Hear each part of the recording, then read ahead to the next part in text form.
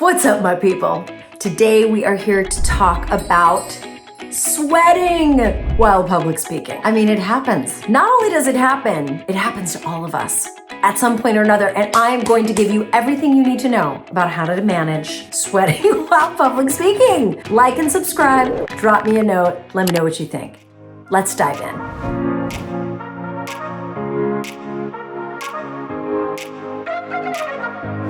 Okay, so here's the thing. When we engage in the activity of public speaking, it is inherently a psychologically stressful experience for most people. There are some of us who live for it. Actually, that's probably not even accurate. There's the only people that don't get affected physiologically by the adrenaline of public speaking are the people for whom public speaking is so rote. It's so part of their daily jam that they've lost the capacity to get worked up over it. But that's very few of us. The lion's share of us do experience stress when we give a talk. I give talks for a living. I give talks every week. I still experience psychological and physiological stress in the form of adrenaline, butterflies. The thing is, depending on your physiology, your psychology, you're going to experience that stress in a different way. Some of us get blotchy, right? And red and rashy. Some of us shake. Some of us, our voice shakes. Some of us sweat profusely even sometimes. Here's the thing that I want you to know. The most important thing to know is this. If you're a big sweater, just accept that that's your thing. I think so much of the problem is that we start to sweat. We're like, oh my God, I'm sweating. And then it just gets worse. And then even more sweat happens. And then it just becomes this kerfuffle, nightmare sweat moment. Here's the thing. If you're someone who sweats a lot when you speak, just accept it. You're a sweater. It's just like when I get up to give a talk, my throat really gets dry. My mouth gets really dry. So I've accepted that. I bring a glass of water on stage with me and I have it there if I need it. Most of the time, once I've managed it and accepted it and made a plan for it, it doesn't even happen. But I know that if it does happen and I get dry mouth, my water is right there. Same goes for you as a sweater. Now, if you're saying to me, yeah, but Bronwyn, like, how do I plan for sweating? Here's the thing. I'm actually kind of a sweater myself. And when I'm concerned about it, I will wear dark clothing, kind of like this. You can't see that I'm sweating under this big bright light that I'm under, but I've worn something that hides it, that masquerades, that masks what I'm experiencing physiologically. Let me give you another example. I worked with this incredible communicator and he was giving a very, very, very high profile speech. And I was in the audience. And the poor guy, he was so good at what he did. He was closing the event, right? He was the last big speech of the day. And he had to sit through something like 10 other talks before it was his turn. Meanwhile, he's sweating to the oldies, right? Like he's just sweating, waiting for his turn. So do you know what he did? Didn't make a big deal about it. He brought 7 different shirts to that event and he changed them every hour. And then he changed it the last time right before he walked out on stage. And you know what he did? He crushed it.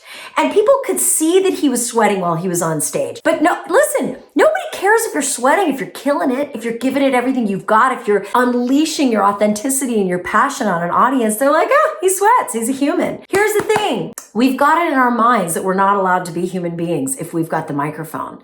It's just not true. And it's kind of stupid to imagine that we can suppress every natural instinct we have. We have to embrace our humanity and just plan for it. But here's the thing. Let's say you've planned for your outfits. You've got backup shirts in case you sweat through one. You're wearing dark colors, right? There's also some things we can do to mitigate the nerves and anxiety. So if you go backstage at a big conference, you will sometimes see people like shaking their hands, like kind of wiggling around a little bit. It's because they've got to find a way to release the tension, release the adrenaline, to kind of loosen up. When we see animals that are in intense moments, you'll see like a dog shake itself out after barking at someone, right?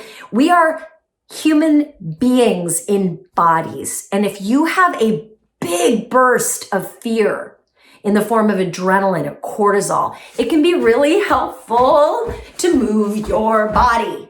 So if you're nervous and anxiety and anxious and you're feeling that sweat start to come, give your arms a good shake. Like do the worm, do the hustle, work it out, do a little dance, make a little love, get down tonight.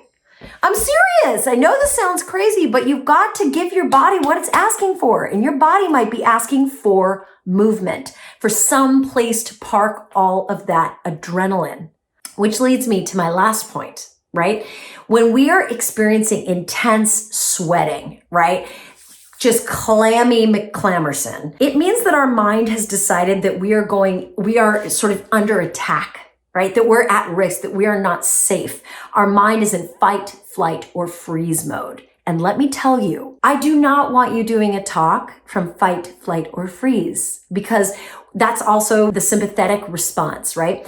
The sympathetic response is really designed to allow us to attack when we need to attack, to go very still when we need to, or to run the hell away. But if you're getting on stage, or if you're getting into that webinar, if you're gonna give a virtual talk, I don't want you functioning in that like panic, am I gonna get eaten mode, right? I want you to trigger the parasympathetic response, which is the sort of rest and digest, chill the hell out response. In fight, flight, or freeze, when the sympathetic system is cranked up to 100, we sort of lose access to the part of our thinking brain that allows us to be empathetic, all the things we need in a moment like that. And the only way we get access to that thinking, creative, empathetic part of our brain, problem-solving part of our brain, is if we can get out of fight, flight, or freeze. How do we do that?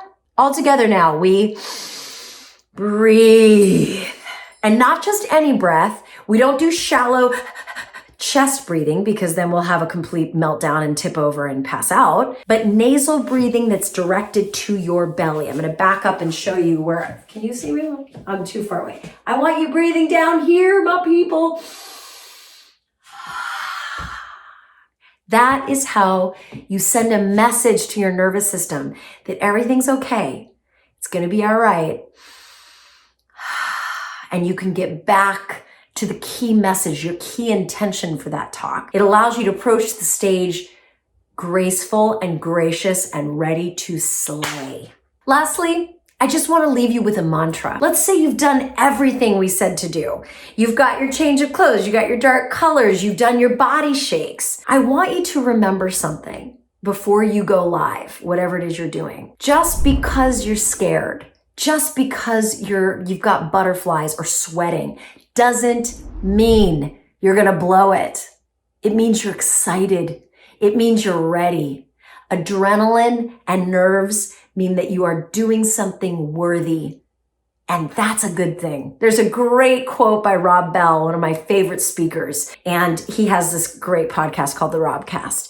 And he says, when he gets butterflies before he gives a big talk, he doesn't stress about it, because if you get butterflies, it means you're still in the game. It means you still care. It means you still are showing up and confronting something that scares you and doing it anyway. And that, to me, my friend, there's nothing better, nothing more worthy, and nothing more badass. So go out there with your sweaty armpits and your clammy palms and go kill it.